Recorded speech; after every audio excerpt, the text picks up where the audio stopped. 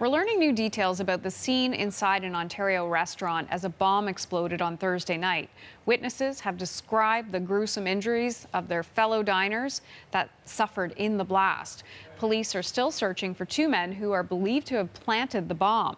Sofia Yurkshevich is working on this story and following it for us. So, Sofia, what are we hearing from the witnesses? Well, first of all, Thursday night at 10:30 p.m. is when the bomb went off at Bombay Bhel restaurant in Mississauga, as you said. And originally, people who were there at the restaurant had to leave their cars as part of the investigation. But yesterday, they were able to retrieve their cars where the CBC was on scene and on set. So we were able to speak to those witnesses. We now know the number of people, the approximate number of people at the restaurant at the time that the bomb went off, and that approximate number is 40. They were celebrating two separate private birthday parties, and one woman told us that two women, including her sister, had just flown in from India specifically to celebrate one surprise birthday party, and that a family member was cutting a piece of cake when the bomb went off.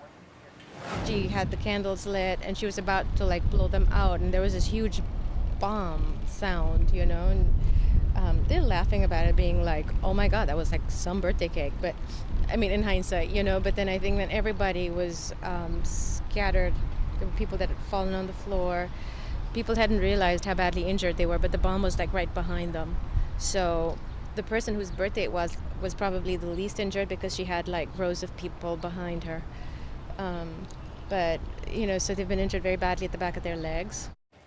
Now, this event, this birthday party, was supposed to be the start of a 5 to 6 week vacation that was supposed to start in Canada. We're not sure if her family members are going to be going back to India after this event or what the plans are. Now, we also have clips from another witness who says that she was in the bathroom when the bomb exploded. She came back to the scene. She saw her brother was injured and that he was one of the 3 critically injured people. He was full of pain. I called 911. When people were yelling, they were crying. He has injuries all over here. He had nails in his body. So it is so critical. Now, I want to confirm that all 15 people who were injured and treated for injuries have been released from the hospital, including her brother. And then the nails that she spoke about, there were nails in the that were in his skin. We did reach out to Peel Police to confirm if the nails were part of the bomb, part of the explosive. They could not confirm that fact, but they did say that that specific detail is part of the investigation. And what's the latest on the other part of the investigation? Well, firstly, the 2 suspects that police are looking for, which, by the way, they are getting help and aid from the Ontario Provincial Police and RCMP on this case. Those 2 suspects are still on the loose. They are being described as 2 fair-skinned males. You're going to see these images of them entering the Bombay Bhel restaurant, and then shortly after there are images of them leaving after the explosion. But you'll see that they're mostly covered, so they have hoodies on, jeans. One of them is wearing a light baseball cap. Both of their faces were covered with a dark cloth. So police have been going door to door to people in the neighborhood looking for any clues.